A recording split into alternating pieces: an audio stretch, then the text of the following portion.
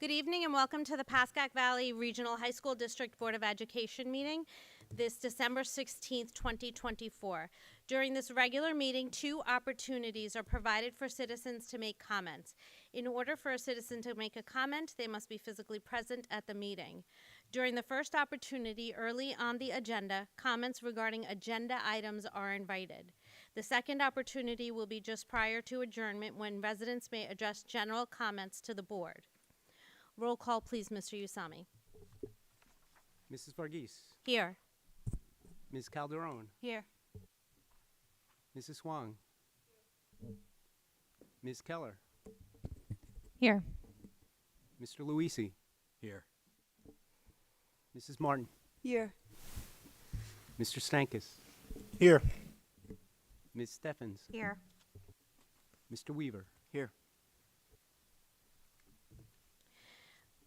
Next, we already had the executive session earlier, so now we have the flag salute and pledge of allegiance. Please join me in the flag salute. I pledge allegiance to the flag of the United States of America and to the republic for which it stands, one nation, under God, indivisible, with liberty and justice for all. Adequate notice of this meeting has been provided by mailing copies of said notice to the record, filing copies of said notice with the municipal clerks of Hillsdale, Montvale, Rivervale, and Woodcliff Lake, and publishing said notice in the record on August 26, 2024.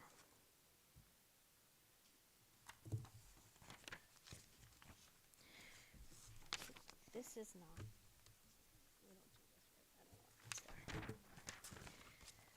Next in our agenda, we have the resolution of appreciation for Mr. Pat Luisi.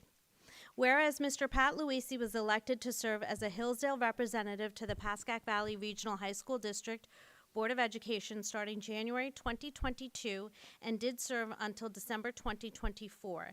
And whereas Mr. Luisi did faithfully attend and actively participate at the executive and public meetings of the Pascack Valley Regional High School District Board of Education during that period of time. And whereas Mr. Luisi did serve as a committee member of the Pascack Valley Regional High School District Facilities, Finance, and Negotiations Committees, and whereas Mr. Luisi supported staff, students, and the community in his actions to move our entire school community forward in the right direction. And now therefore be it resolved that the Pascack Valley Regional High School District Board of Education does express its sincere appreciation to Mr. Luisi on behalf of the superintendent, board members, students, and citizens of our 4 sending districts for his efforts on their behalf. And be it further resolved that the Pascack Valley Regional High School District Board of Education members individually and jointly thank Mr. Pat Luisi for his contributions and camaraderie over this time frame, and we do wish him well in his future endeavors. And be it further resolved that a copy of this resolution recognizing Mr. Pat Luisi be spread upon the minutes of the Pascack Valley Regional High School District Board of Education.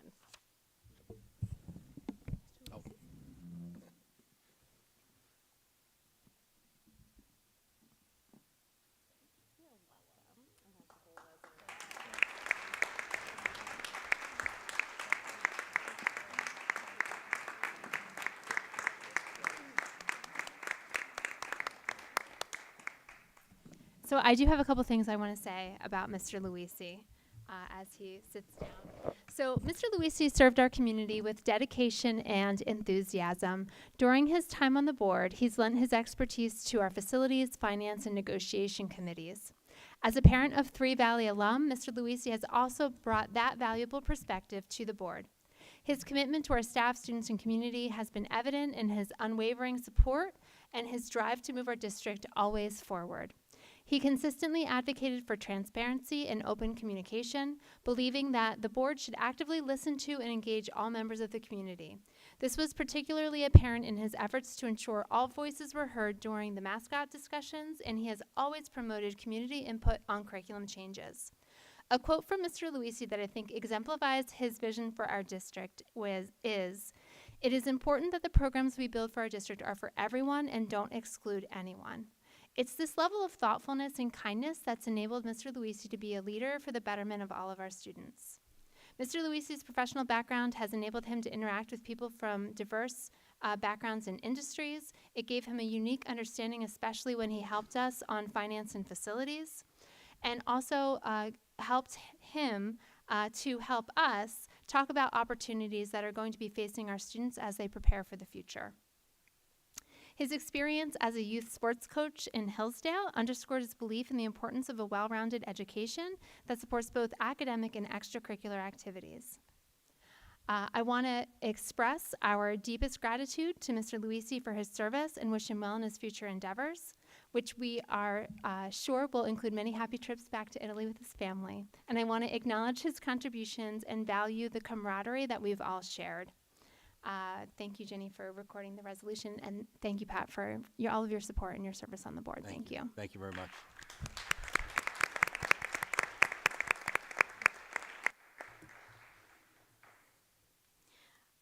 Okay, so now the Board of Education will go down, and our student will go down and sit down in the stand so that we're going to display the invitations or the names of all the people who are being recognized today. So we'll read names from over there.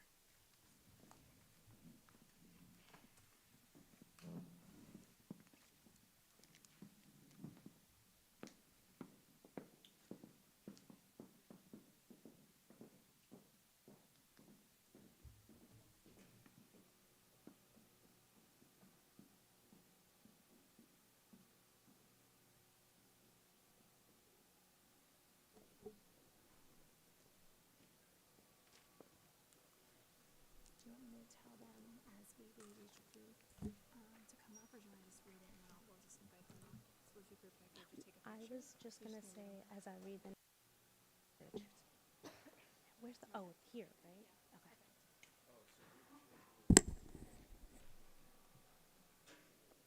I can see. As I call the student names, if the students would please come to the screen, the what? The banner, that's it, couldn't think of the word. The banner over here so that we can take a collective group picture. First, we're going to read off the awards for the 2024 to 2025 Bergen County Choir, whereas the following students from Pascack Hills and Pascack Valley High Schools have been accepted to the 2024-2025 Bergen County Choir. James Capadont from Pascack Valley, Matthew Kovacs, Pascack Valley, Joshua Lee, Pascack Hills, Gowrie Nair, Pascack Hills, Ian Swain, Pascack Hills, and Maya Zislin, Pascack Hills. And the advisors are Margarita Elkin and Francesco DeLillo. Congratulations, congratulations, congratulations.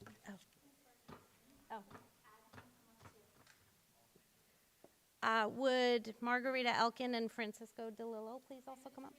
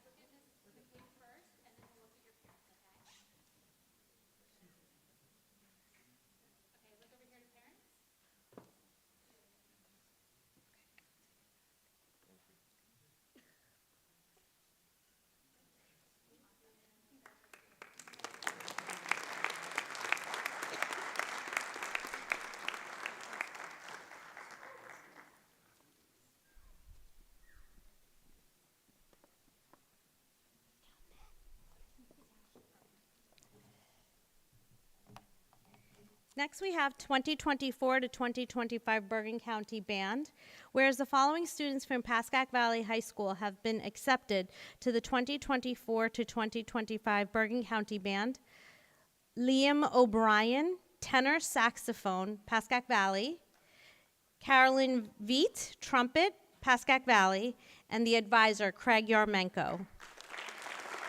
Now therefore be it resolved that the Pascack Valley Regional High School District Board of Education recognize and commend these students for their outstanding achievement.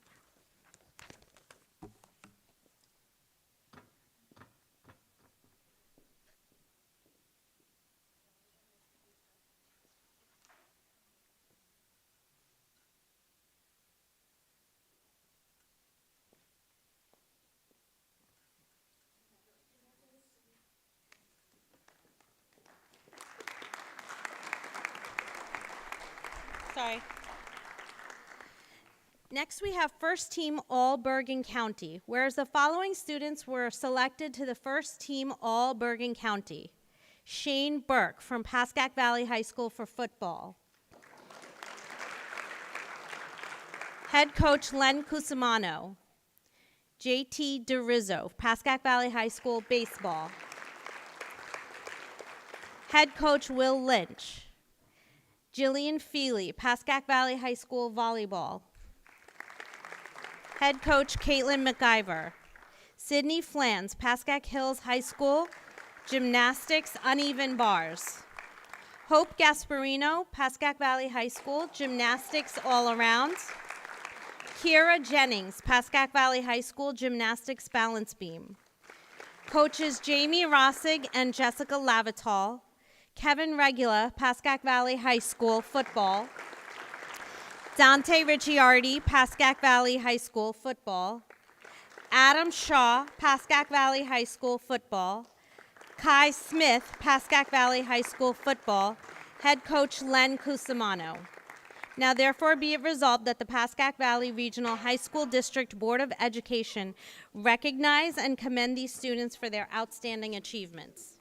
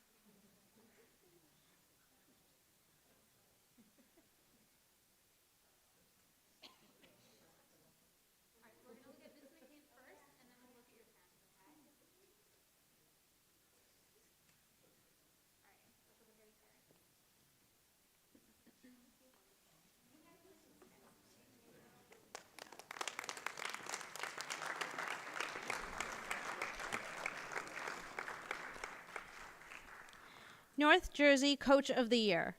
Whereas Mr. Will Lynch, Pascack Valley High School head baseball coach, has been named North Jersey Coach of the Year. Mr. Lynch has been the head baseball coach since 2008. The team has won 3 sectional titles since 2017. Will has been nominated as the Coach of the Year 4 times since 2010. Anytime you talk to Coach Lynch, he always stresses that his players make him look good. Now therefore be it resolved that the Pascack Valley Regional High School District Board of Education recognize and commend Mr. Lynch for his outstanding achievement.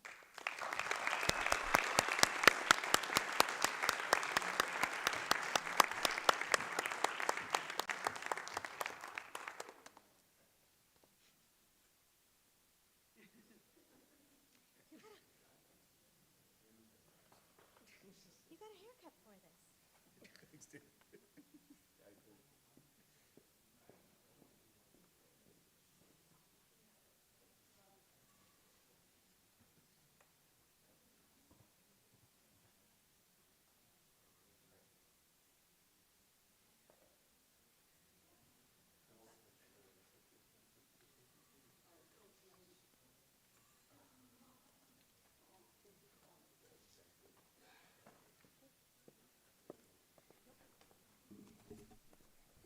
Congrats again. North Warren Group 2 State Sectional Championship and Bergen County Small School Team of the Year. Whereas the Pascack Valley High School baseball team won the North 1 Group 2 State Sectional Championship with a 23-9 record. The team was also awarded the Bergen County Small School Team of the Year for the 2024 season. Evan Beener, Shane Buey, Michael Cacavella, Bobby Coletti, Aiden Costello, Zach Kramer, JT DeRizzo, Dylan Dersimonian, Nick Donofrio, Brendan Gaskin, Luke Good, Justin Kaplan, Drew Kirkby, Trevor Kirkby, Colin McCorrow, James Narlinger, Ryan Shea, Owen Shirey, Cameron Sidrow, Mark Spinelli, Max Staub, Sam Staub, Joe Tamaro, Andrew Wallace. Coaches Will Lynch, Rick Atanasio, JJ Moran, and Ron Vallone. Now therefore be it resolved that the Pascack Valley Regional High School District Board of Education recognize and commend the Pascack Valley High School baseball team and their coaches for their outstanding achievement.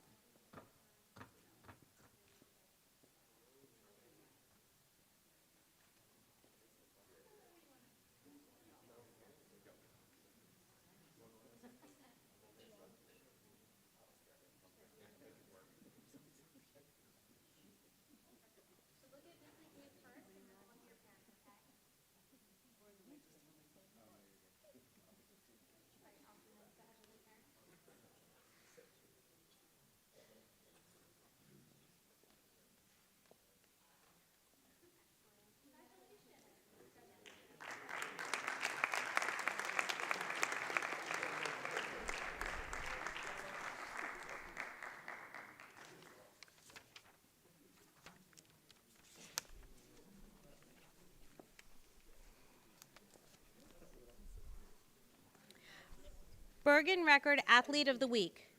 Whereas Adam Shaw, a junior at Pascack Valley High School, was chosen to be the Bergen Record Athlete of the Week on October 24th, 2024 for football. Adam completed 9 of 11 passes for 175 yards and 4 touchdowns, and rushed 7 times for 97 yards and a 5th score as the Panthers defeated Riverdale 35-7 to move to number 19 in the New Jersey Super 25 rankings. Now therefore be it resolved that the Pascack Valley Regional High School District Board of Education recognize and commend Adam for his outstanding achievement.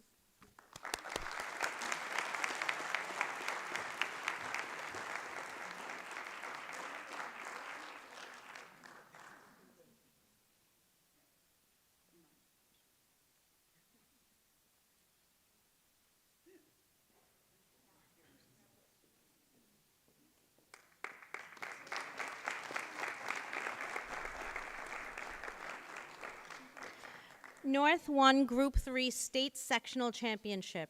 Whereas the Pascack Valley High School football team won the North 1 Group 3 State Sectional Championship and the Super Football Conference Patriot Blue Division League Championship with a 10-2 record. Gavin Borowan, Nick Bucola, Philip Boldo, Shane Burke, Michael Coletti, Dante DaCosta, Mark De La Quilla, Finn Dunn, Aiden Escobar, Ryan Escobar, Sadria Faratovic, Jason Fouché, Michael Franzaglia, Hudson Greer, Justin Hanna, Justin Kaplan, Tyler Cardell, Ashton Kazinci, Logan Kidd, Cole Cluda, Colin Kraus, Nick Lamparillo, Jake Licamelli, Matthew Lucia, Evan Marquezo, Michael Murata, Colin Moro, Luke Melconian, Nicholas Ocampo, Luke Melconian, Kevin Regula, Dante Ricciardi, Adam Shaw, Vincent Simone, Kai Smith, Marley Smith, Rocco Spezial, Evan Starr, Luke Stemkowski, Braden Sun, Larson Sutnick, Jake Wara, Tristan Wilkins, and Brady Zerbuck. Coaches Len Cusimano, Adam Preciado, Bill Weigel, Brendan Morrissey, J.J. Moran, Mike McCourt, Stephen Began, Craig Buckley, Chris Ginta, Jesse LaGrossa, and Dave Williams. Now, therefore, be it resolved that the Pascack Valley Regional High School District Board of Education recognize and commend the Pascack Valley High School football team and their coaches for their outstanding achievement.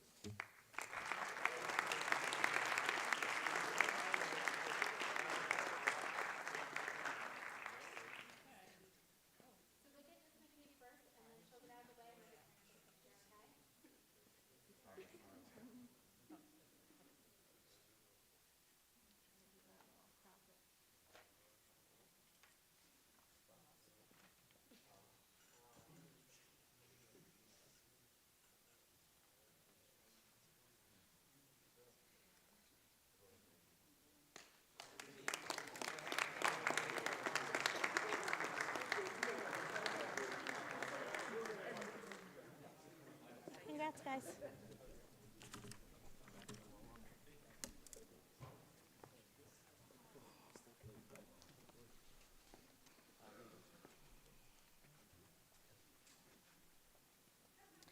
The Jerry Lewis Sportsmanship Award. Whereas the Pascack Valley High School boys soccer team has been awarded the Jerry Lewis Sportsmanship Award. Ryan Austin, Brendan Babcock, Cooper Breslaw, Adrian Cano, Julius Castro, Adam Dinnick, Cristiano Fiorello, Tony Garcia, Stephen Gifford, Adrian Gutierrez, Ryan Kashif, Miles Kuttner, Aiden Lehman, Anthony Lekage, Luca Lapore, Jake Liebschen, Anthony Martinez, Lucas Mercado, Ben Perlman, Joshua Reiser, Hudson Solicito, Liam Verdicchio, Tristan Verdonk Flores, Nico Villanueva, Stefan Villanueva, and Robert Wasserman. Coaches Luciano Cofrancesco, Al Coleman, Ron Vallone. Now, therefore, be it resolved that the Pascack Valley Regional High School District Board of Education recognize and commend the Pascack Valley High School boys soccer team and their coaches for their outstanding achievements.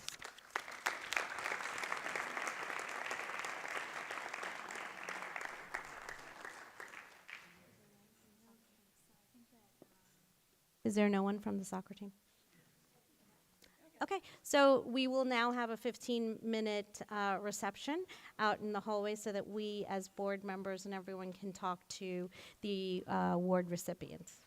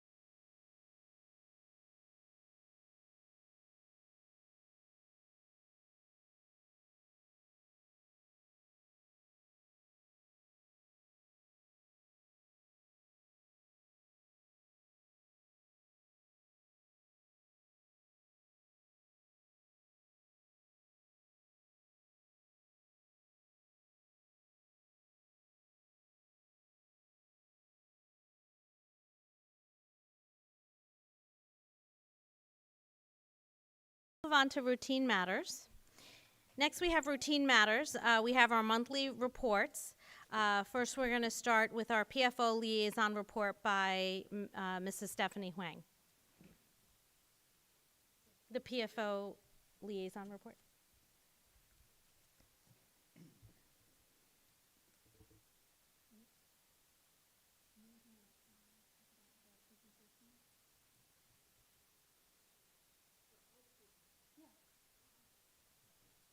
It's just under PFA because you're the PFA liaison.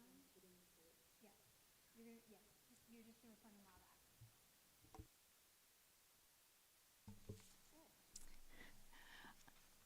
Okay, just wanted to report on World Language Honor Society on December 4th for Pascack Hills and December 5th for Pascack Valley. Dr. Arjeen Safari was in charge of this beautiful event. She's the district supervisor of world languages, multilingual learners, music, and family and consumer sciences. She organized the National Honor Ceremony for 89 students that have excelled in biliteracy, and the languages include Armenian, Chinese, French, Italian, Korean, Malayalam, Russian, Spanish, and Turkish. This is the 9th year of participating in this state program, and this is the 4th year of the Global Seal of Biliteracy, which languages include, this is so cool, Arabic, Chinese, French, Hindi, Korean, Japanese, Italian, Polish, Russian, Spanish, Tagalog, and Turkish. Each honor society, the 4 honor society, read their pledge in their respective languages. That was very impressive, and provided the translation in English for the rest of us. And the 4 World Language Honor Societies are the Chinese Honor Society, the French Honor Society, Spanish Honor Society, and Italian Honor Society. And it was a very impressive evening with all the students dressed in elegant black. On November 20th, we had at the Pascack Hills Cafeteria, Hidden in Plain Sight. And this event was presented by the Bergen County Prevention Coalition, Children Aid and Family Services, and Center for Drug and Resources. The purpose of the session is for prevention. The drug trends are shown in many Netflix shows that our teens watch, so that's why we need to be very cognizant about it. We know that the brain is not fully mature until 25, so it's obviously recommended for them not to take any of these drugs, recreational drugs, beforehand. And an interesting thing that they stressed was the question of why do they take these drugs? The brain has a reward system where there's a feel-good system. So when the drugs interfere and increases the dopamine, that if a person has trauma and they use drug as a medicine, the medicine makes their brain feel good. So this is the feel-good system. But then the drug takes longer and longer to give them that feel-good reaction, so the brain doesn't produce its own natural chemicals. So then it becomes a dependency. This is the problem. The drugs hijack the brain's natural reward system, making it a challenge to resist their use. So they hope that by presenting these protective factors versus risk factors, that our students will stay away and the parents will learn to know what to look for. And on December 9th, we went to see Screenagers. It was Screenagers for the elementary aged, but it pertains to all of us. It was put on by the Hills Valley Coalition, run by Jennifer Charno, Marissa Waters, and Dr. Jonathan Hesney, who's the Director of Special Services and a licensed psychologist specializing in children and adolescents. Just 2 points that they stressed that was really good is a healthy childhood does include enough sleep, nutrition, but now that we have screens, we've lost the balance of screen time. So for our youth, there's a trend that they're looking at the screens and avoiding actually talking to people. The increased screen time and constant comparison to others is anxiety provoking. So we were encouraged to make some screen time rules. The screen also gives a false sense of connection because, how well do you know the person on the other end of the screen? And kids nowadays are part of an anxious generation. Is the technology being used as a tool or as a treat? And the movie suggested a 5-day fast from the smartphone. So Christmas, I will be fasting from my phone. This year, 2024, is when teachers at Pascack Hills, and I guess Pascack Valley too, are collecting the phones before class. And they found that this has been, some kids don't like that, including my own, but the teachers have found that it has helped increase the attention span of the students, even if by 15 seconds. That's all. Thank you, Mrs. Wang. Now we have our student reports. Andrew Varian from Pascack Hills will go first.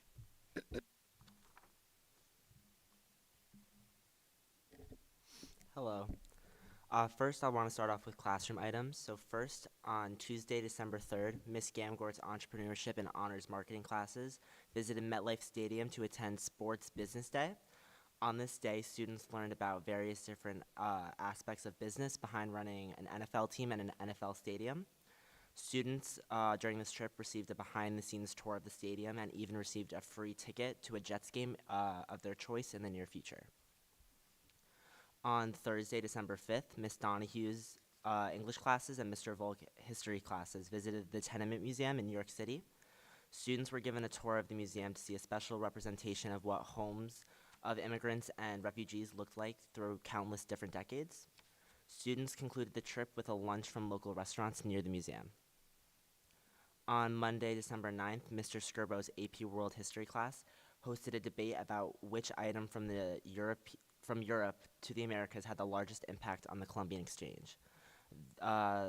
Students were broken up into groups by plants, animals, or diseases, and they had to share their arguments with the rest of the class. This event helped students engage knowledge on Columbian Exchange and prepare for their test in the near future.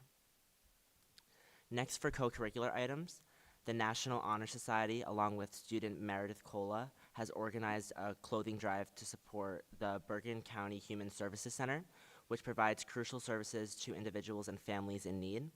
The shelter is accepting new clothing items that will be distributed to men and women between the ages of 20 and 60.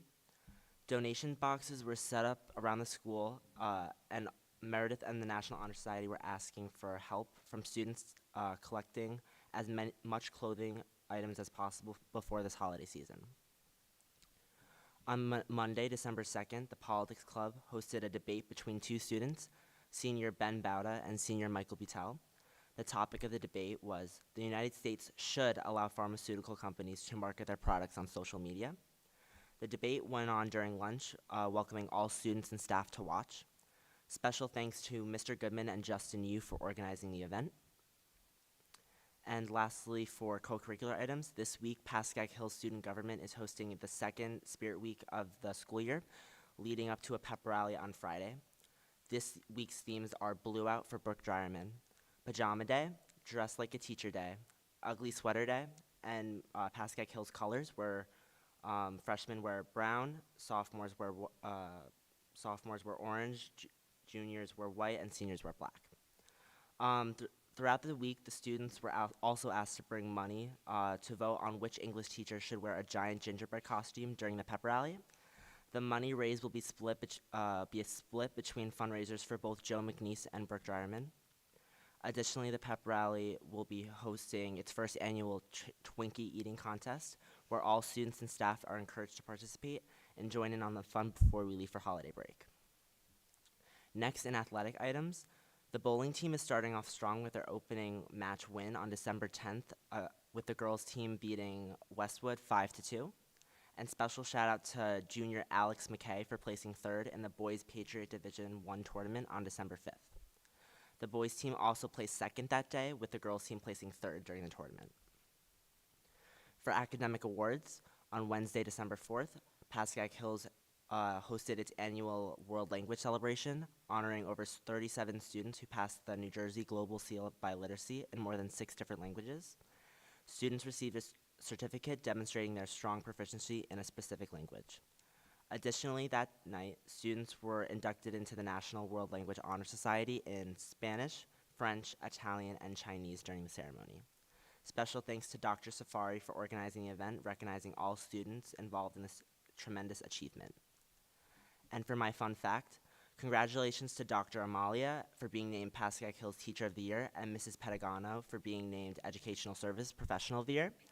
Both of their dedication to students and their work are outstanding and are completely deserving of this award. And for my joke of the day, what do you call a reindeer that tells jokes? Comedy relief. Thank you, and this concludes my board report for December 2024. Thank you, Andrew. Next, we have Ella Gokley and her report for Pascack Valley High School. Okay, hi. So I'm going to start out Valley's report with our classroom items. So first, the Valley Panthers band wrapped up a really exciting fall season performing at PV varsity football games, a varsity girls soccer game, as well as 2 of our pep rallies, or we call them Valley Cups. And performances included songs by Queen, Bruno Mars, a vocal night feature, and some Halloween favorites. So the Panthers band looks forward to performing at an upcoming PV varsity hockey game this winter season. And also, as we recognized before, a big congrats to the students named to the 24-25 Bergen County Band, Carolyn V on the trumpet and Liam O'Brien on the tenor saxophone. In addition, the PV and Pascack Hills Winter Concert was held on Thursday, December 12th, and it featured performances from the PV Symphonic Band, the PV Concert Band, and also 2 combined pieces, which included over 80 student musicians. And lastly, the PV Chamber Jazz Ensemble recorded and entered the 2025 Charles Mingus National High School Competition, while the PV Jazz Band is preparing to record today on the 16th to enter the Jazz at Lincoln Center, essentially Ellington Jazz Competition. For my next classroom item, we're super excited to announce that Valley has started our inaugural class of peer student tutors to staff the Valley and Hills Writing Centers starting this upcoming semester. So basically what that means is that students in grades 9 through 11 were chosen and identified by their English teachers as being excellent communicators, helpers, and writers who would benefit the Writing Center by providing peer support for writers in addition to teacher support. So the peer tutors from Hills and Valley came together to engage in an all-day training, which was run by the Writing Center teachers, and they'll be completing phase 2 of their training in the new year. So overall, it was an amazing kickoff, and we're thrilled to have the tutors on board. Okay, moving on to co-curricular items for Valley. First off, the History Club continued its annual tradition of writing letters to our alumni in the military service. The History Club teamed up with the local American Legion to initiate the letter drive, which is always really well received by the PV community and very much appreciated by our men and women in service. So thank you to all students and all the classes who wrote letters or holiday cards. For my second co-curricular item, the Environmental Club at Valley collected hundreds of used toys to help keep them out of landfills and donated them to those who are less fortunate. So we donated hundreds of toys and partnered with Joy's Angels, which is a homeless shelter in East Orange. And lastly, on December 19th, the International Thespian Society chapters from Hills and Valley will bring the magic of Broadway to the Actors Fund Home in Englewood, which is an assisted living residence for Broadway veterans. And the performers will present a selection of classic Broadway and holiday songs to brighten the day for some of the residents. And in addition to the performances, the Thespians have collaborated with Pascack Hills Interact Club and Valley's Just About Caring Club to create holiday cards, which will be distributed throughout the assisted living residents as a thoughtful gesture of cheer and kindness as we enter the holiday season. And moving on to Valley's athletic items. On November 26th, our assistant principal, Mr. Gallione, was honored at the annual Sports Award banquet hosted by the Greater Bergen County YMCA, where professional, collegiate, and high school athletes, as well as the educators and community leaders, were honored. So Mr. Gallione was honored with the Service to Youth Award due to his really active role in youth sports for the Rivervale athletic programs, as well as having served as a coach here at Valley in 3 different sports for 16 years. So a really big congrats to Mr. Gallione on this prestigious award. And as we move into the winter season, I just want to wish a really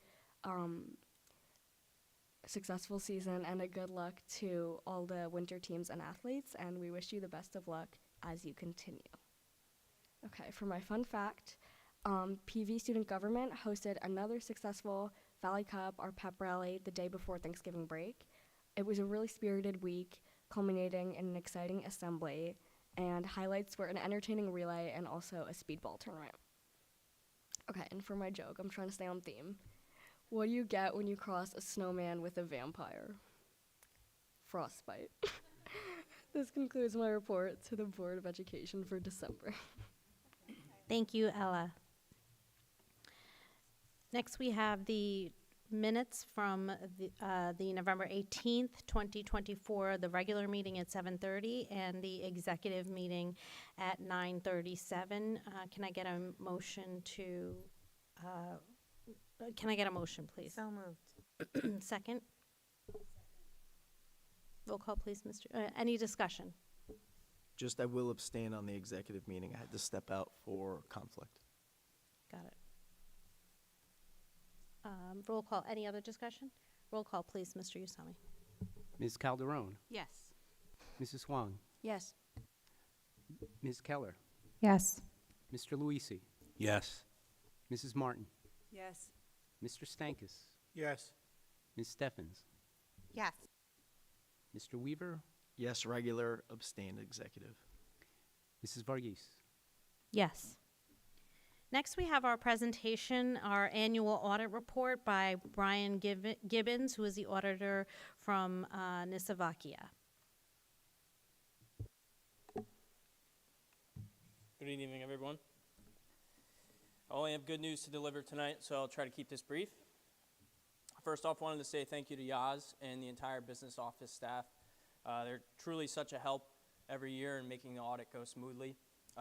They really do a fantastic job, and it makes our jobs a lot easier. So we're truly appreciative of that. So tonight, I believe Yaz was able to give everyone a financial highlights report. And if you have that in front of you and would like to follow along, that would be great. So this financial highlights, it kind of takes the highlights of the audit report and condensed into more of a snapshot image where you can kind of see everything. So I'd like to begin with the first section here, Exhibit C1.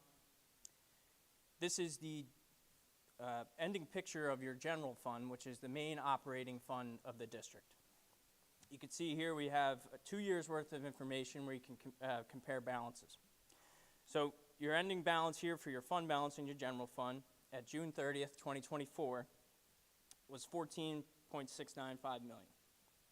So overall, this was down a little less than $1.7 million from the year before, but overall, still in really good shape financially.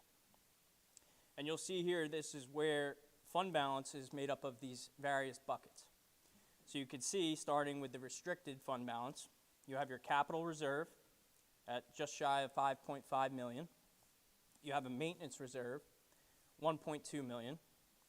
An emergency reserve of $560,000.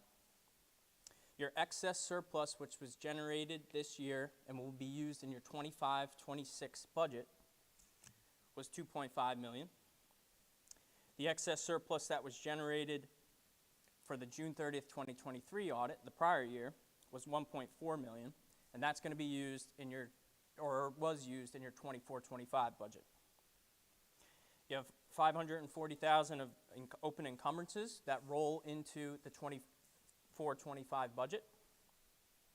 You have an additional amount of $1,090,000 that's used in the 24-25 budget.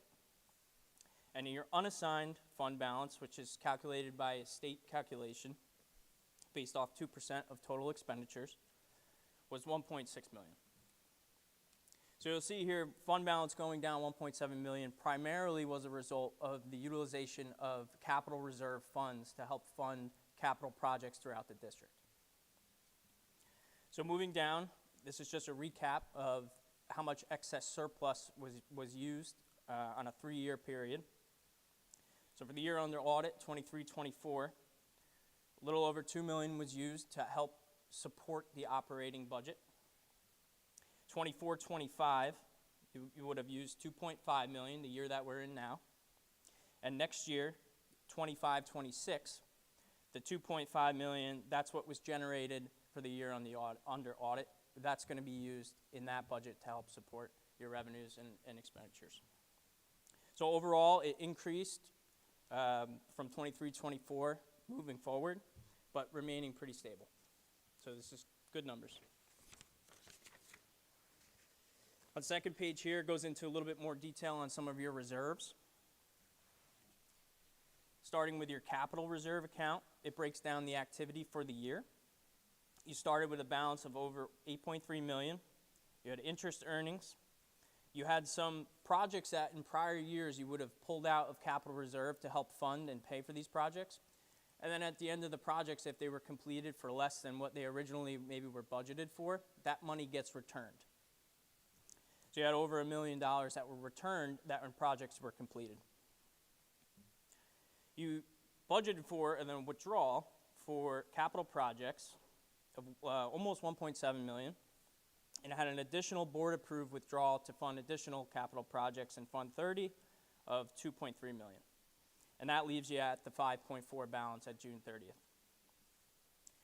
In 24-25, you'll see just below there, you're using budgeted an additional almost $1.6 million to support the budget for capital projects in 24-25.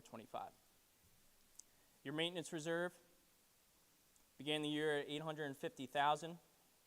Interest earnings of $1,250. Again, unexpended projects returned to the maintenance reserve, $20,000. You were able to deposit by board resolution $950,000 at year end. And you utilized $280,000 in the budget and an additional board-approved withdrawal of $320,000. Your emergency reserve account, you're able to fund an additional transfer from your year-end board resolution of $300,000, which I believe is being used in the 24-25 budget to help offset some of the large increases in health insurance costs. Moving on to your capital projects fund.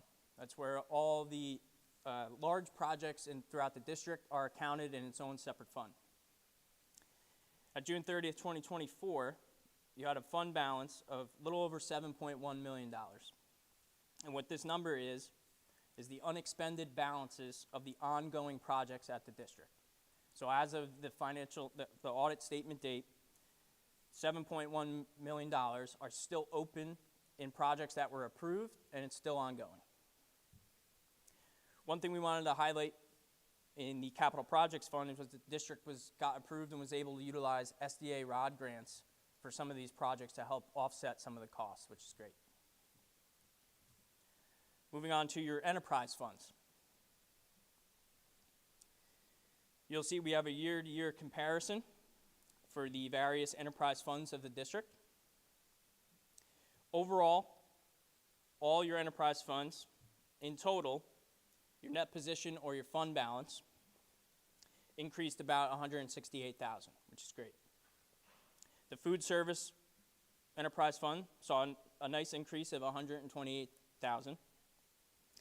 Your milestone, while it's still operating and has a deficit net position, it saw an increase of $23,000. Your Region 2 transportation, with a deficit net position of $485,000, also saw an increase of $80,000. Your Park Academy saw a slight decrease of approximately $63,000, and your net position is at a little over $303,000.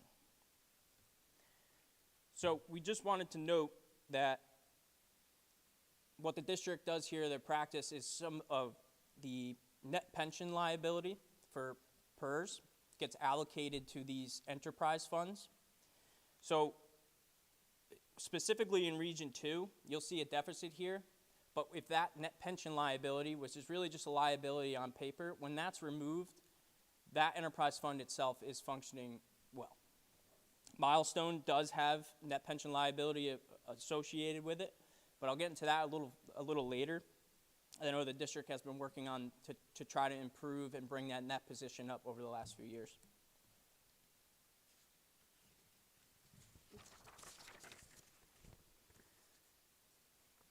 So I want to move to the long-term liability section. Right here, you just have a breakdown. You can see from last year, the activity, and where you ended up for the various long-term liabilities that you have at the district.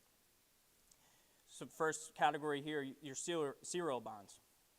It's your bonds that you make payments on every year. You made a payment of $1.6 million, and at June 30th, you had a little over $9.4 million left of serial bonds. Related unamortized bond premiums, those are related to your outstanding serial bonds, and there are premiums that get amortized over the life. So as your bonds go down and get paid off, those unamortized premiums will go along with it and be reduced. Leases. District had a few new leases this year. I believe some were for buildings or rentals, things like of that nature. Paid down $227,000 worth of leases, and you had a little over of $800,000 balance remaining on the life of the various leases at the district.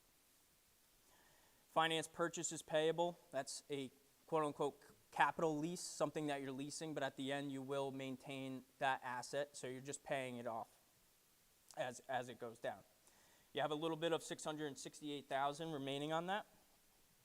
And your compensated absence payable, that's your accumulated sick and vacation unpaid liability for the various employees in the district. So we saw a decrease of $145,000 here, leaving with a balance of over $1,023,000. So just to note, this is not a liability that would necessarily come due in the short term. This is as people are retiring, leaving the district, and it gets paid out gradually. So whatever that person's has their own liability associated with them. That's normally what you see when you're budgeting for and you're paying that out. It's not a liability that would come due in a large amount in the short term. And then your net pension liability. This is determined by actuaries from the state. So again, it's not a liability that would come due tomorrow. But you'll see here in your governmental funds or your general fund, you have a liability of $10,450,000. And then your enterprise funds, you have a liability of a little over $1 million. So really, you get your bill every year from the state, and that's what you pay. Liability is really just on paper, so nothing that would come due in the short term. And happy to report no formal comments or recommendations this year. As I mentioned, Yaz and everybody in the business office is really doing a great job, so we're really thrilled about that. And then on the last page, we just had a few management suggestions, we call them.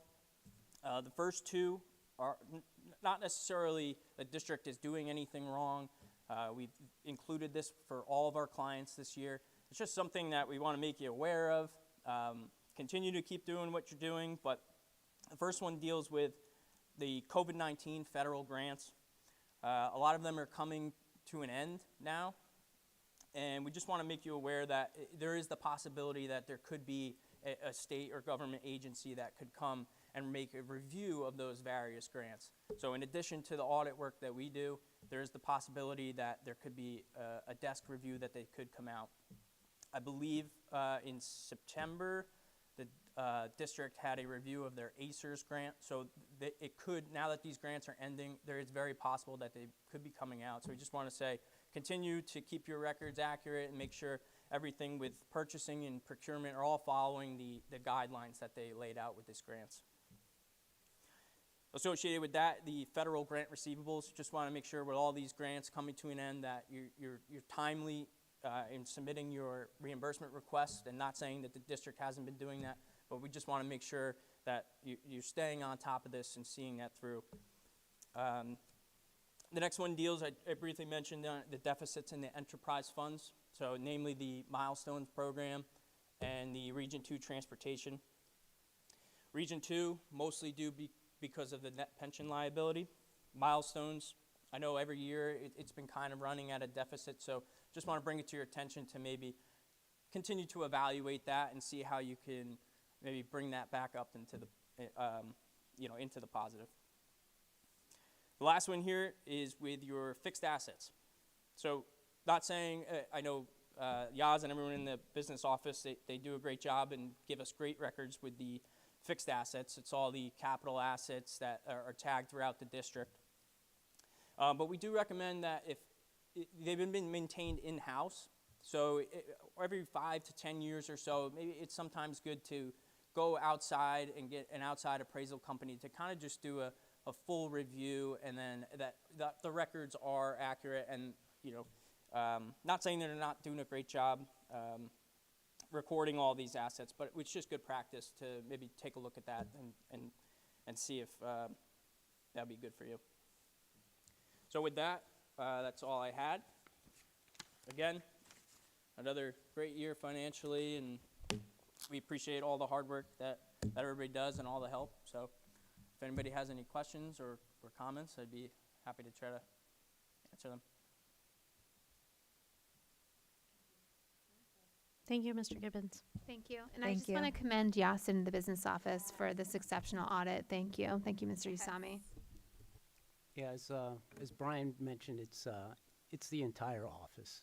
They do an outstanding job. And, we try to stay within compliance on everything, and if we have a question, we go to Brian or we go to Valerie and get an answer, because we try to do the right thing, and we want everything in order when Brian and his staff come in. So, and thank you. You guys do a great job, and you keep us on our toes, which is a good thing. I know everyone loves their auditors, but I don't know if the feeling's mutual, but we truly look forward to coming out on site and working with you for the audit every year. So Yes. keep up the great work. Yeah, thank you. It's a partnership, really, and that's the way it should be. Yep, that's what we're here for. Happy to help. Thank you.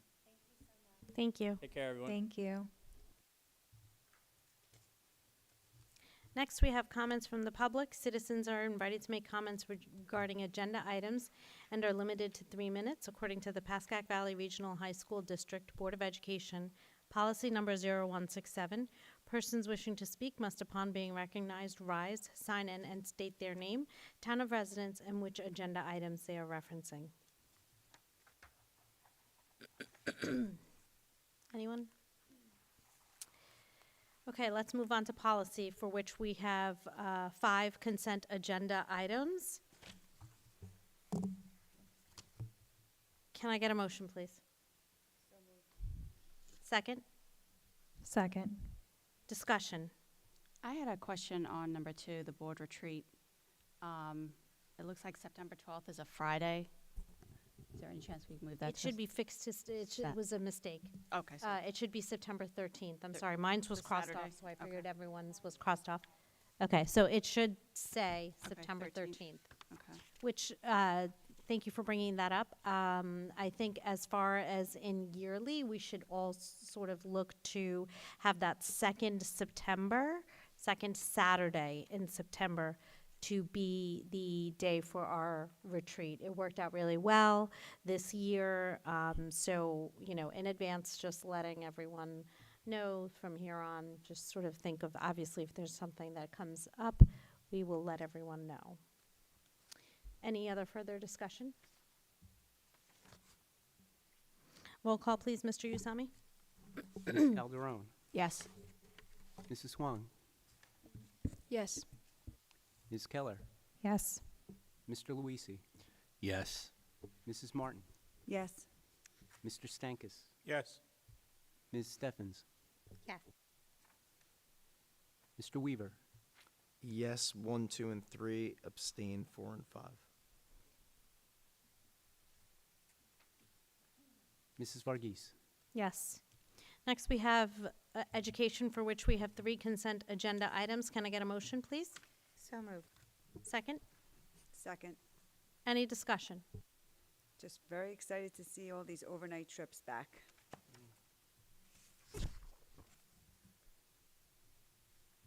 Yes, I agree with you. Any other discussion? Roll call, please, Mr. Usami. Ms. Calderon, Yes.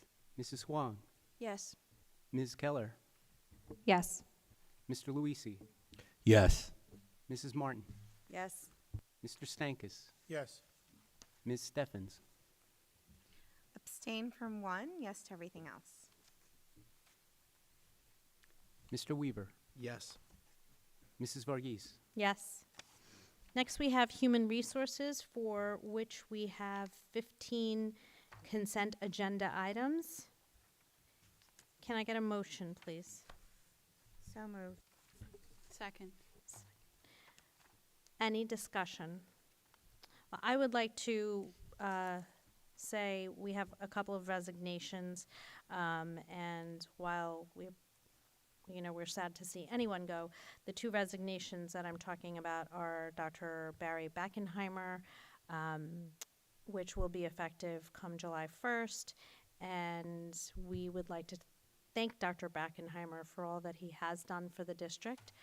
He's been key in bringing the district forward in innovation, and as Director of Curriculum, Instruction, and Assessment, we appreciate all that he has done. And unfortunately, the next one is Mr. Usami, which will also be effective on July 1st, 2025.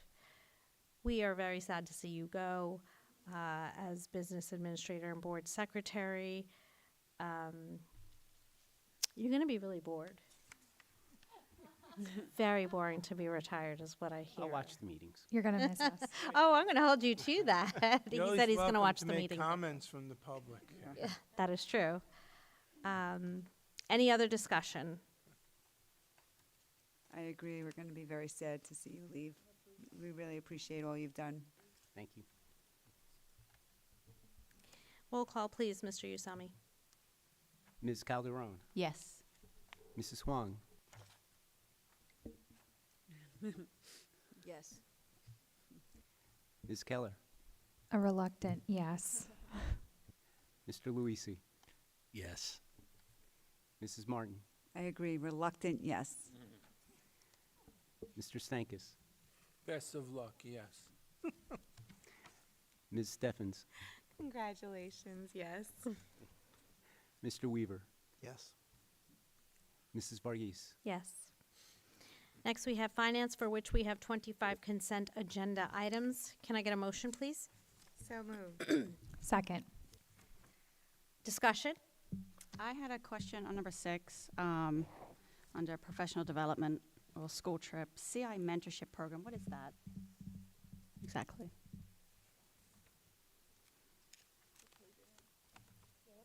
Seventeen.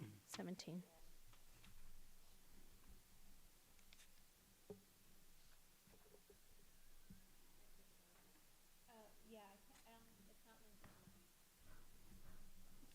Here it is.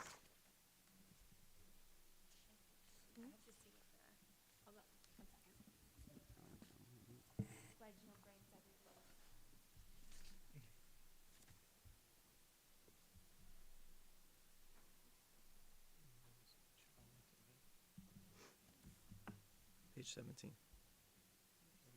Number 6. I'm not sure.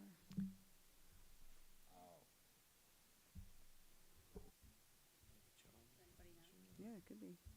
That makes sense.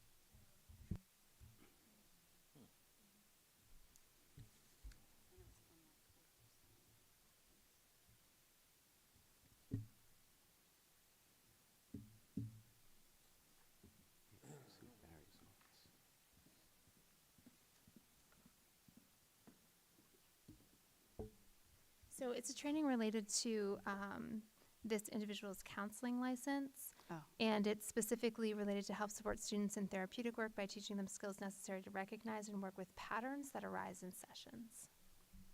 Thank you. Mm-hmm. Any further discussion? 15 and 16. on page 20 and 21. I don't remember that being discussed in facilities. I was a little, I guess, not a little, I fell off my chair when I saw the price of the AC upgrades. 1.4 million for Hills and almost 700,000 for Valley.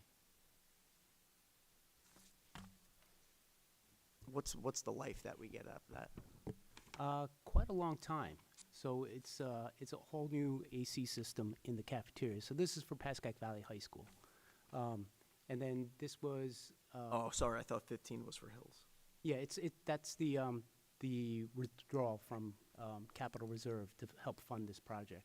So this project was budgeted, I believe, in 21-22, and things went on, and it was impossible to go out to bid because it was right after COVID.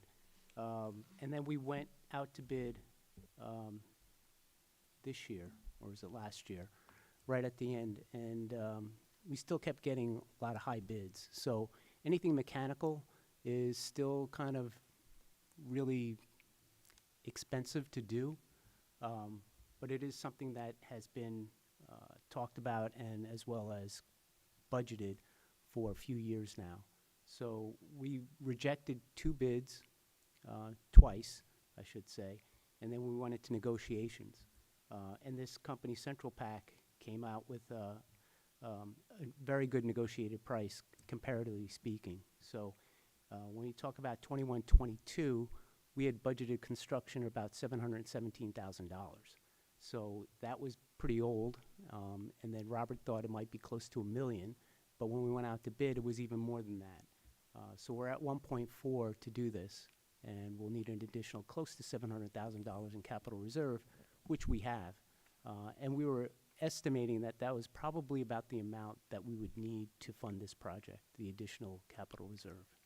And just to clarify, the updates from this have been ongoing since before I got here, and they're listed in the Friday update under Robert's section as cafeteria AC, just so you can go back and follow along. What's the time, like what's the life that you get out of this? It should last, I don't know. I'd have to ask Robert, but I would imagine about 30, 40 years. I mean, we're going to have to maintain it, obviously. So there are repairs that are being done. We have a lot of systems in here already that are starting to go, and we're talking about 40 or 50 years lifetime. But all during that time, you will have to maintain it, and you will have to make certain repairs. Okay, thanks. Any further discussion? Roll call, please, Mr. Usami. Ms. Calderon, Yes. Mrs. Huang, Yes. Ms. Keller, Yes. Mr. Luisi, Yes. Mrs. Martin, Yes. Mr. Stankus, Yes. Ms. Steffens, Yes. Mr. Weaver, Yes. Mrs. Varghese. Yes. Next, we have old business. Any old business to discuss? So I had a comment that I wanted to make this evening. Since I've been thinking about a comment that was made at our last meeting regarding post-graduation plans, and if I'm not mistaken, it was mentioned that perhaps we should not waste too many resources on those students not heading to a 4-year or 2-year college. Diverse post-graduation paths, whether it's a 4-year college, a 2-year college, technical, trade school, military service, direct employment, or gap years, all deserve our full attention and support. Each path represents a valid choice made by our students for their futures. Based on statistics, 30% of students who attend a 4-year college drop out their first year. This is why I believe providing resources to all students about all post-secondary options is so important. As elected officials, we have the responsibility to ensure every student sees their chosen path is validated and supported by this board, whether they're among 2 students or 200. Success looks different for each student, and our role is to support all of these paths to success. So I just wanted to make sure that we were kind of still on board with the whole post-secondary and that, you know, we're here for all the students, not just those who attend a 4-year or 2-year college. Thank you. Thank you, Elizabeth. I couldn't agree more. I think it's super important. I think that while, yes, the majority of our students do go to 2 or 4-year colleges, we should not, we should be paying attention to the students who aren't, because there's plenty of them. And so I agree with you wholeheartedly on its importance. Dr. Bellotti and I have talked about this already, and we do have a pretty robust program, and we had talked about having Mr. Joe Orlack come and speak about the different, externships and different things that the students have access to, which is actually, that program has really grown a lot. So we are definitely, I am on board with what you're saying, definitely. If we need to, we can always have another, we used to have a committee for post-secondary. I mean, unfortunately, it was the first year when I was here, it never met, that committee, but I do think that if we need it, it is something that we can do and have as part of a committee. But I do think we also perhaps as board members need to have a little more information on what we have available now. Yep. I think that we need to know what's here in our district before we can say, all right, we need more. And if we need more, that's great. I think that, we as a board, I think, it's part of our responsibility toward each and every student to do that. But Dr. Bellotti and I had talked about having Mr. Orlack come in and talk about that. yeah. So that is in the near future. In the next, I would say maybe by March, like up to the March sort of meeting. I have him tentatively. Wait, give me a second.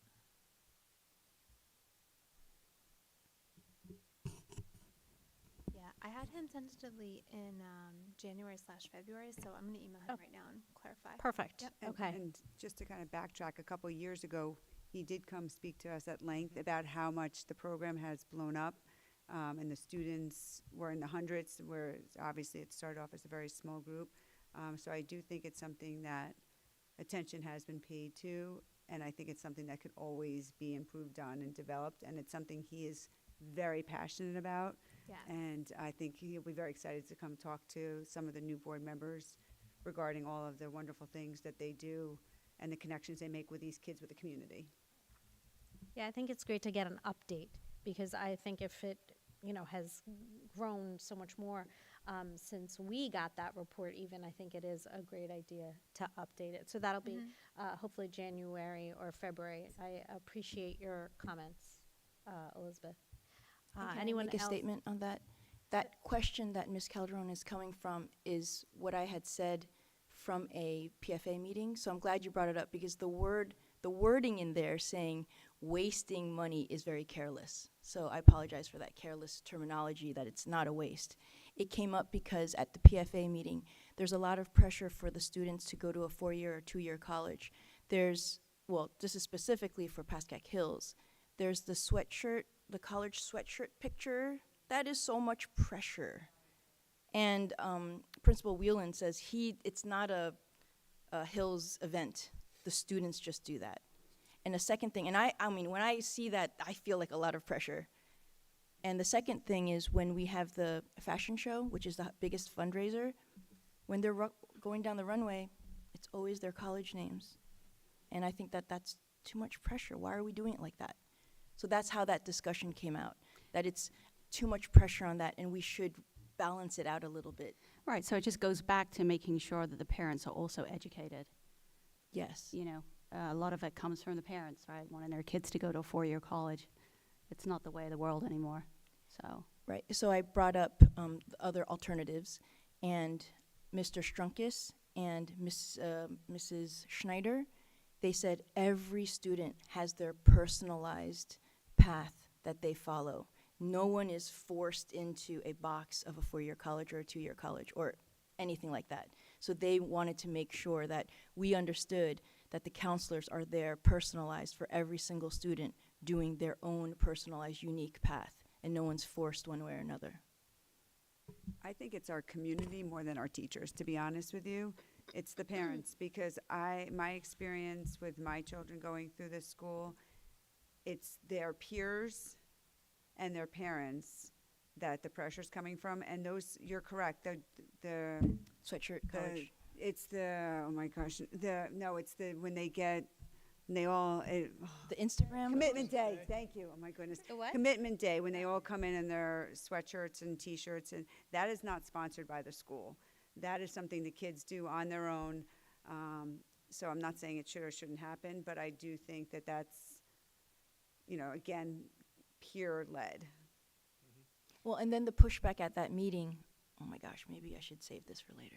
But the pushback at the meeting is some of the kids really are proud of this college that they got to. So now we have the pushback of they worked really hard to get there, and then the balance of, the other people. Yeah.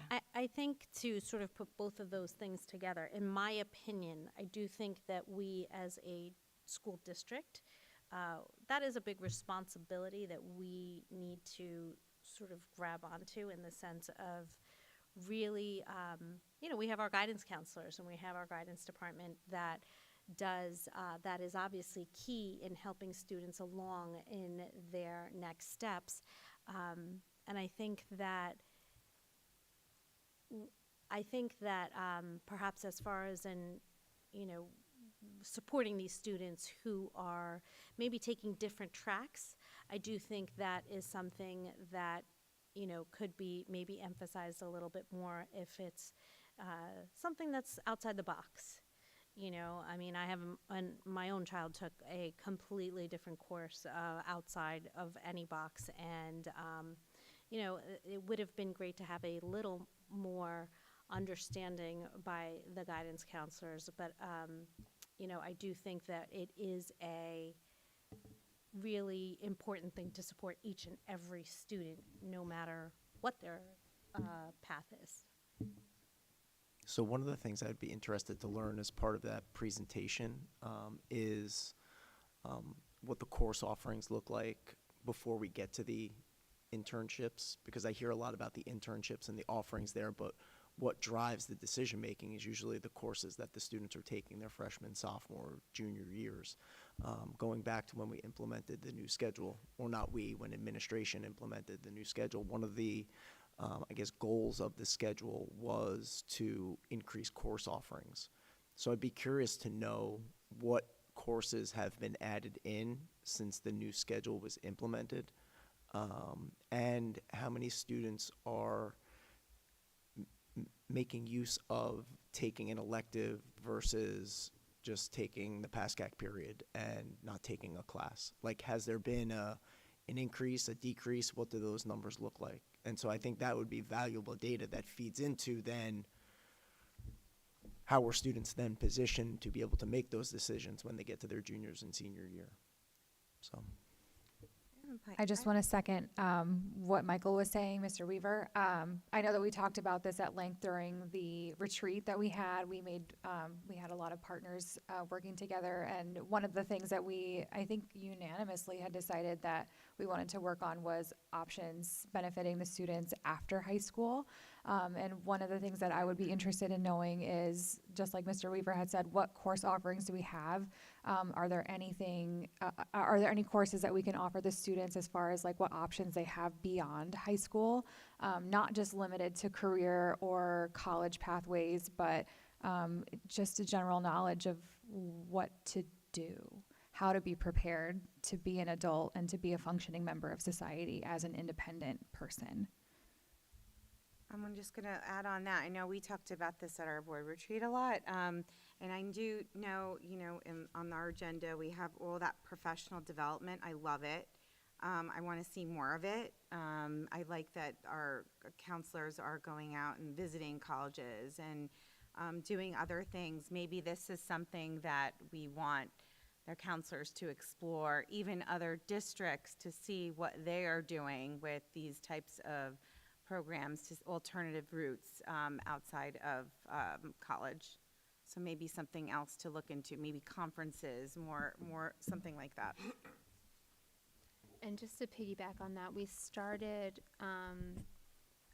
Elizabeth with Ms. Molinelli's help, turned us on to a Bergen County initiative where we've now designated counselors at both schools. So there's a counselor at Hills and a counselor at Valley who have participated in some of the workforce development training that's offered through Bergen County that's very specific to kind of our region and our area. And then they have also, over the summer, they participated in an additional, I think it was sponsored by the DOE, but additional training on the idea of non-college bound learners. So absolutely, and I love that we now have designated sort of counselors who are participating in those, and they're both, they both got registered into a network of other counselors, so they're getting information from workforce development both at the state and local level. So that was it's a great program. It was a great option. And, you know, I agree, and I think that's a great way for our internal people to get that information, but then also for all the counselors to know if they have a student that may have a question about that, there's someone to go to. So it's been super helpful. Well, I guess since you all are now in the budget process and looking to build that for next year, I guess a question would be too, are we looking to add more courses in, and will that require the hiring of staff? So I think it speaks to just the history of where have we been over the last 3 or 4 years and where are we going, and, you know, I guess those decisions are happening now just in terms of like staffing and budgeting of monies and sectioning, right? Mm-hmm. It's something. Sorry. I just wanted to mention that I don't think that the responsibility should fall solely on the guidance counselors. I think that this should be required. I think there needs to be more attention, and I don't know that students, you know, may or may not be accepting the help or going as far as, you know, to go see a counselor about these questions that they may have. So I think it's important to look at different avenues for how to reach those students.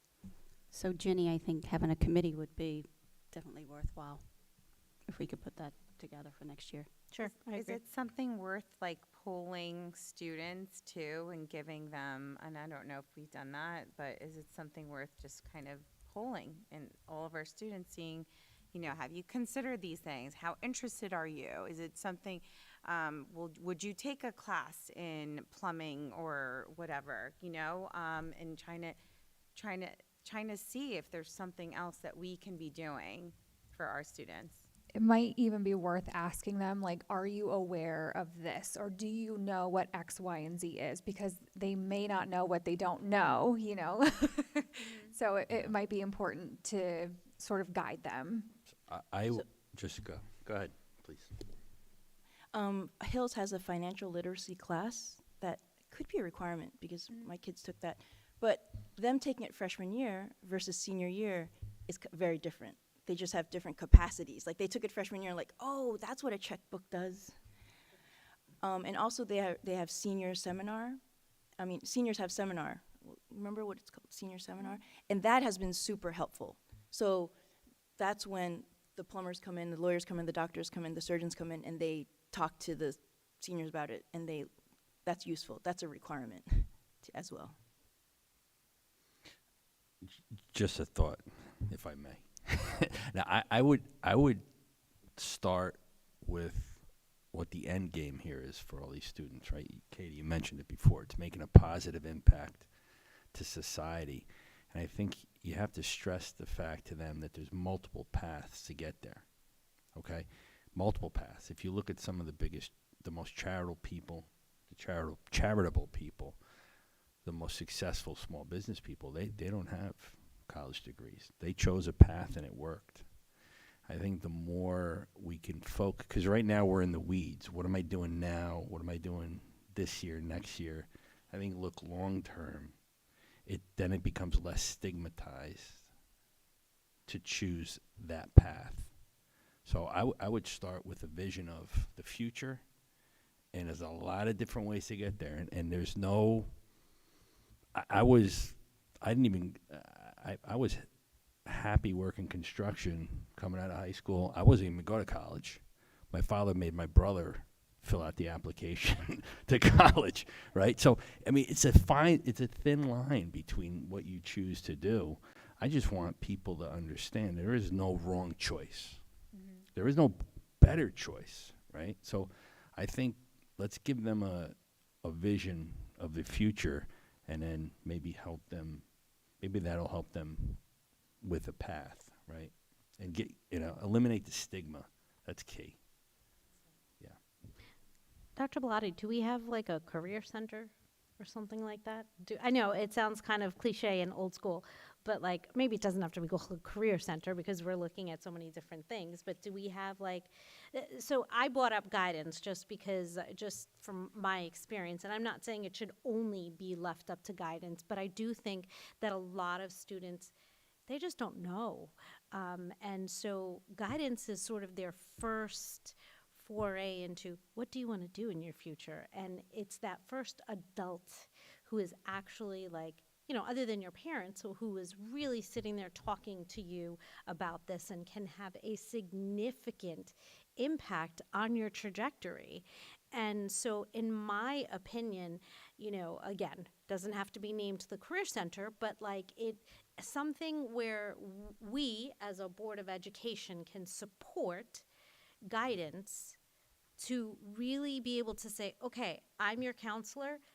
These are the options you have before you. What do you think about these? Okay, so this is a no. Okay. I'm going to help you because I do think that, again, we have to support guidance as a Board of Education. We support the guidance counselors to be able to say, okay, I know how to help you with these different, because, student A and student B may decide to go into HVAC or something, and the two of them might have different paths to take despite it being an HVAC type of thing. So I really feel like we would do a really good service to our students to really have a guidance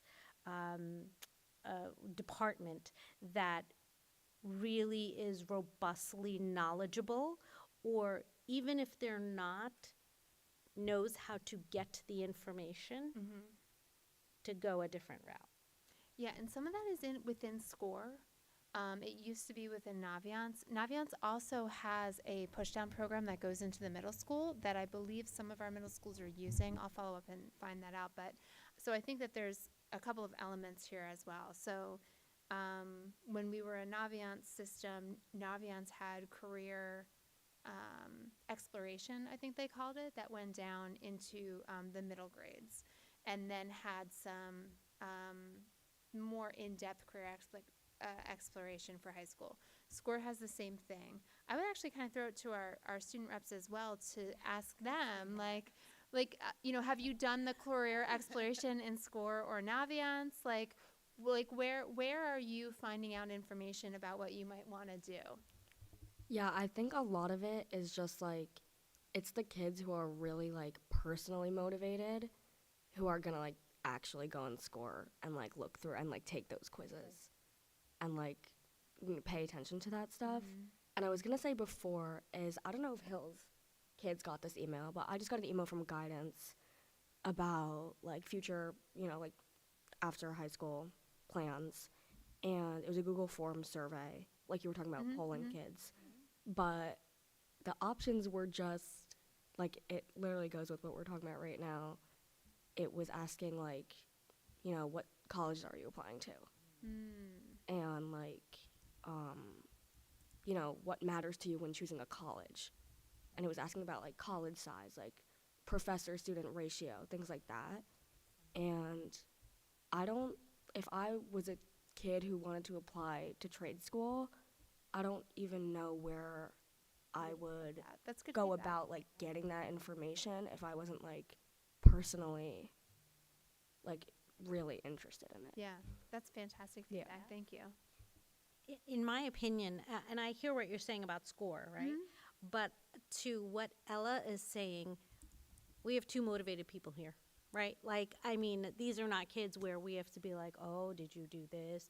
I'm sure your parents don't ask you, did you do homework? Whatever, right? Like, but we have all sorts of caliber of students. And the reason I do this is because I want to reach every student from here to here.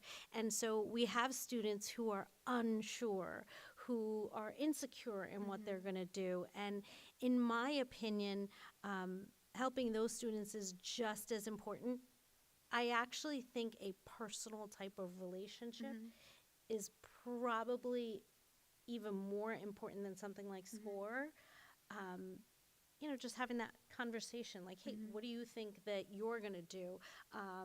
And then does that survey, does it come from guidance? I don't have a copy of that, so it must have gone just to students. I have a note to ask guidance about it. Okay, yeah.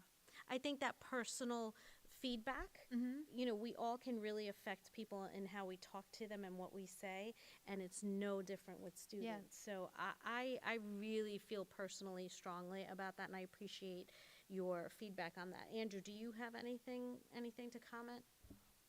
Personally, I believe that Mr. Luisi said it best, that there is a stigma around people who want to go to trade school. Personally, my experience being in like honors and AP classes, I noticed that every single kid in those types of classes want to go to a four-year accredited college. They want to go to the top universities and strive to do their best.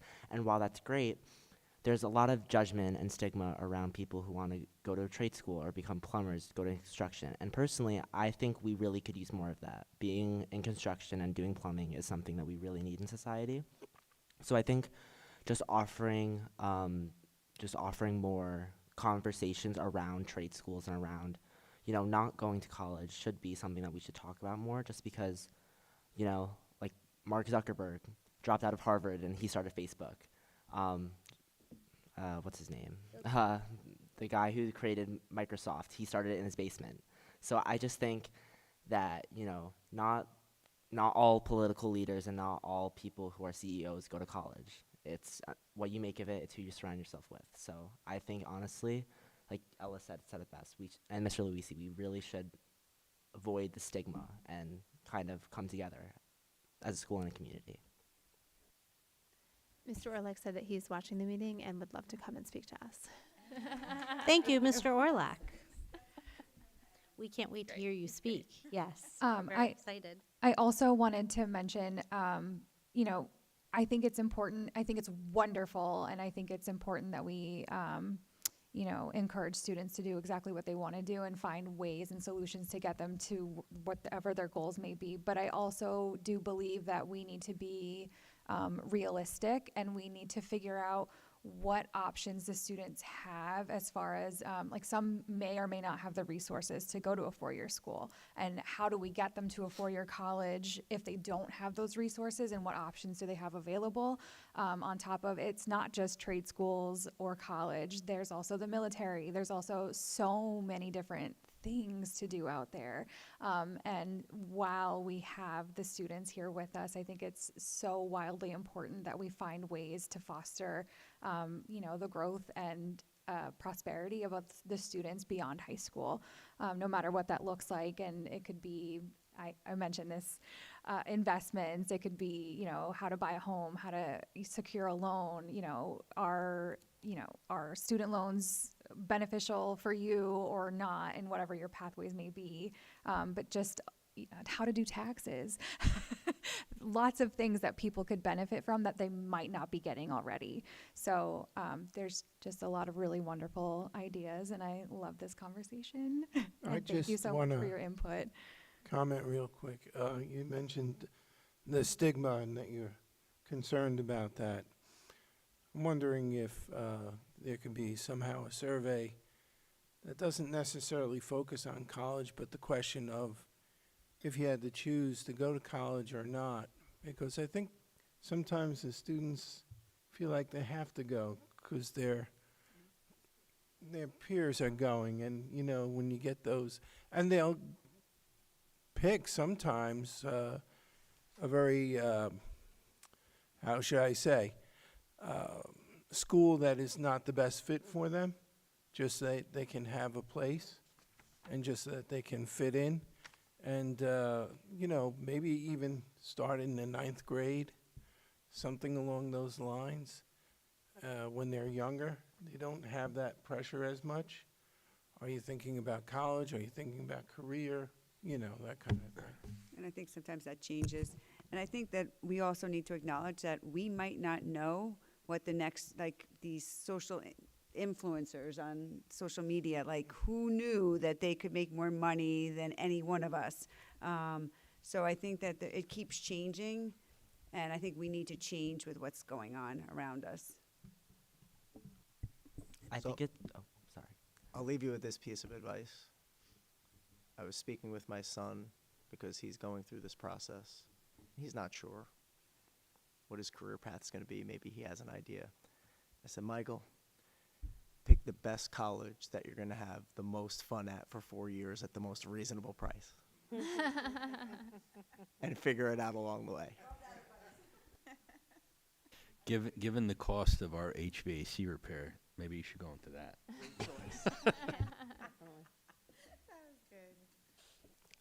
I just wanted to also say that there's a lot of mental side of it when it comes to choosing a college. I mean, Mrs. Huang and Mr. Weaver both have kids in my grade, and I can only imagine how they feel going through this college decision. There's a lot of pressure, like you said, when choosing a college, and like Mr. Weaver said, how to choose a college that he's going to have the most fun at and at a reasonable price. My parents said the same thing. Ella and I actually had a discussion before we even got here because I got a scholarship to one of the schools I applied to. And my parents really are not forcing me, but guiding me to choose that college. However, it's not the best college. And because it's not the best college, my brain automatically said, nope, not out of it. But I think just from hearing this conversation and listening to all of you guys' point of view, like it's kind of changing my mind in a way, which I think it's important. I also think it's helpful to let the students know, like, the averages and the realities of how many times a college student changes their major. When you go to college, there's going to be major changes in those 4 years, 5, 6 years. You're going to wind up with a degree that you may not even have thought you went to college for, or you might even go into a career outside of college. So. You might quit college and start your own Facebook. They don't do Facebook. I'm sorry, it's Instagram. Something with AI. TikTok, yeah. Any further discussion? I appreciated this discussion so much. This is, I think, what we all are here on the board for. This was awesome. And thank you so much to our 2 student representatives. You really gave us very thoughtful feedback, and we so appreciate the both of you. Any new business? Well, kind of old, kind of new. I just wanted to very briefly, I know it's late, thank Pat for all you've done, not only for this board, but for our community, and your coaching and your flexibility and your creativity and your friendship means more than you could ever know. And I so enjoyed working with you on this Board of Ed, and I will miss you greatly. I'm also going to jump in on that. So I just wanted to say it's been a pleasure working with you, and I'm grateful for your thoughtful contributions and valuable perspective. And I also appreciate your candor in sharing your decision not to seek re-election, acknowledging that you could no longer dedicate the full attention, right, this role deserves, speaks to your integrity and commitment to our mission. So I'm grateful for our time for working together, and I wish you all the best. I will say I learned as a non-educator, I was one of the outsiders, but I learned a lot from each and every one of you. I think, we made a great choice in bringing Dr. Bellotti on board. The community's been great, and all of you have been great, and I really enjoyed getting to know the student representatives. So, and they have great futures. I'm really proud of this community and what it's done. So I'm glad I could add a little bit of value where I could. So thank you. Thank you, Pat, for always bringing your steady integrity. We appreciate you. Thank you, Pat. We will miss you. Gia, Ms. Guzman, who will be taking his place. You have big shoes to fill, but I'm sure you're up for it. Okay, next we have comments from the public. Citizens are invited to make comments and are limited to 3 minutes according to the Pascack Valley Regional High School District Board of Education Policy Number 0167. Persons wishing to speak must, upon being recognized, rise, sign in, and state their name and town of residence. Anyone want to speak? Okay. So we do not have a need for an executive session. Can I have a motion to adjourn, please? So moved. Second. We are adjourned.